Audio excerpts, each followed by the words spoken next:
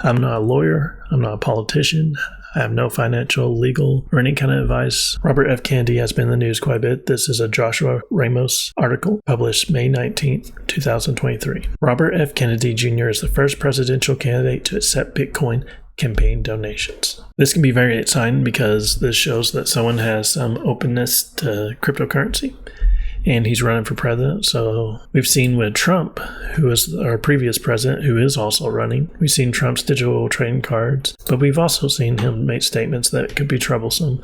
I'm a big fan of our currency, and I don't want any other currencies coming out and hurting or demeaning the dollar in any way, Trump said. He invoked the credibility of the global financial architecture. If you look at monetary system based on the dollar, if you start losing credibility, all of a sudden you're going to lose the strong monetary system, he said.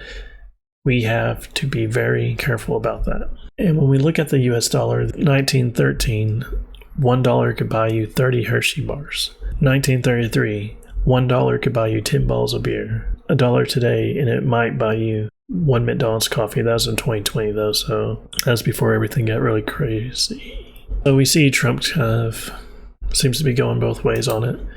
When we look at the fact sheet on whitehouse.gov, President Biden to sign executive order on ensuring responsible development of digital assets, March 19th, 2022. So this was over a year ago.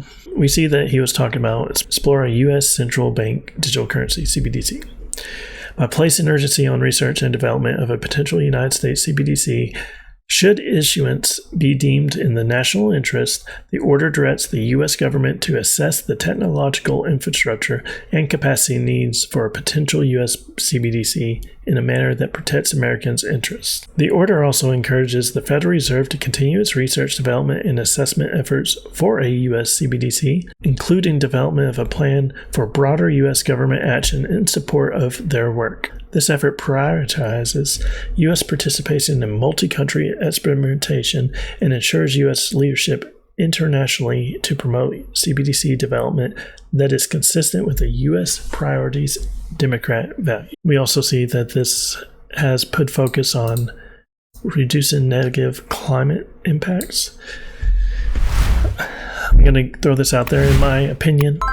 I'm not a big climate guy. I'm not big into science. I don't know nature. But one of the things I've been impressed about when it comes to specifically Bitcoin is has encouraged a lot of different people to focus in on how to make energy more efficient and also stop the damage that has been done. So there's been different things to try to kind of focus in on how to harness energy without hurting the environment. And one of the things that's been going on since October 1st, 2021, volcanoes already powered 22% of the country's total energy supply.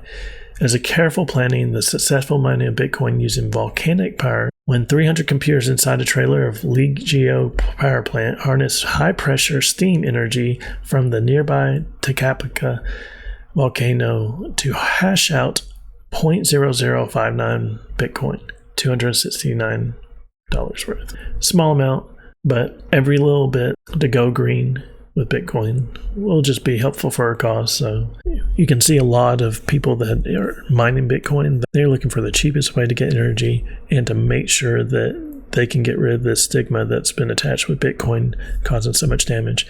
In my opinion, I can't even imagine how many people in banking systems, how much energy banking systems use across the U.S., let alone the world.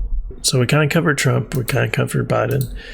DeSantis has also been talked about for being a possible running candidate.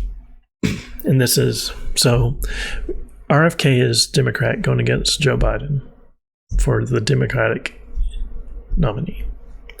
We got Trump and maybe Ron DeSantis. Ron DeSantis, May 12th, the legislation he signed makes Florida the first state in the nation to protect individuals from government surveillance in their personal finances through a CBDC. So here's some of the concerns that have been listed and what this bill supposedly did. Florida's bill prohibits the use of federal sanctioned CBDCs as money within Florida's Uniform Commercial Code. Banned CBDCs issued for foreign government reserves and central banks, including China's digital yuan. What he was concerned about with it is that he states it threatens personal privacy, economic freedom through government-sanctioned surveillance, community financial institutions, fintech innovation, access to goods and services by limiting purchases.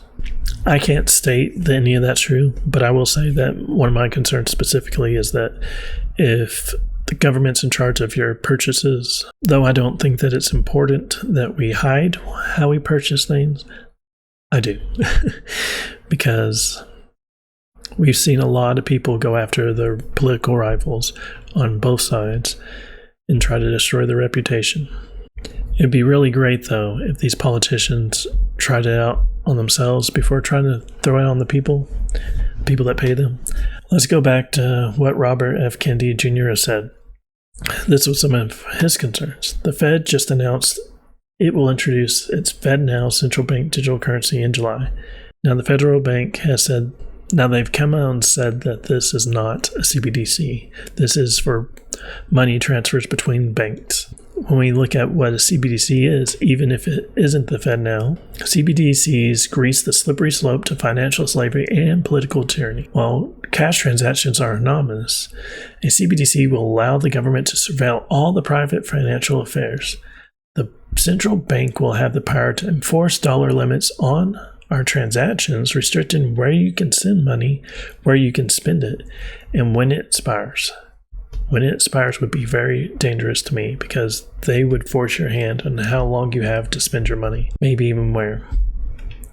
A CBDC tied to a digital ID and a social credit score, which hasn't really happened yet unless you count, our credit score as we have it now, which isn't quite the social necessarily. A CBDC tied to a digital ID and a social credit score will allow the government to freeze your assets or limit your spending to approved vendors if you fail to comply with arbitrary dictates, i.e., vaccine mandates. The Fed will initially limit its CBDC to intrabank, this is what I was talking about, to intrabank transactions, but we should not be blind to the obvious danger that this is the first step in banning and seizing Bitcoin as a treasury did with gold 90 years ago today in 1933. They banned gold April 5th, 1933, which was a lifetime ago, so most people don't have full recollection of this. Watch as governments which never let a good crisis go to waste use this COVID-19 and the banking crisis to usher in a new wave of CBDCs as a safe haven for germ-laden paper currencies or as a protection against bank runs. I feel like these are some valid concerns. I want to throw this out there, though. We've seen both sides kind of have their opinion and state their perspectives. You can't always trust politicians, though. If you remember, January 2022, New York's mayor is getting paid in Bitcoin. Now, this was the first 3 paychecks he was to get paid in Bitcoin. Everyone's like, he's a huge fan. This is great for the industry. And then we look at this. Pro-cryptocurrency, Eric Adams comes out against crypto mining. I support cryptocurrency, not crypto mining. So these people can be dishonest. These people can withhold their full opinions. So always do research. Keep your eyes on these people. Hold their feet to the fire and make sure you vote for someone that you know you're voting for. There's a million different reasons not to vote for someone that is pro-crypto. If there's an issue that you specifically see for you, consider it against your desires for crypto. We've seen positives with Robert F. Kennedy Jr. talking against CBDCs and accepting Bitcoin as payment, which we don't know how things could change, seeing as the New York mayor kind of flip-flopped on that, or not flip-flop, but completely had a different perspective than was imaginable. We've seen Trump speak against cryptocurrency, but also do NFTs. We've seen Joe Biden do things that could progress CBDCs. We've seen DeSantis make a stance against CBDCs. I haven't seen too much about him on cryptocurrency specifically. There's all kinds of things to consider, and we don't know everything. Keep your eyes out. Let me know what you think in the comments. Like I said before, DeSantis might not even run, so be aware. And if you made it this far, I'd appreciate if you liked, shared, and subscribed. Every little bit helps. I'm trying to get to that 1,000 subs mark, and I'm almost to 500. Appreciate you. Appreciate your time.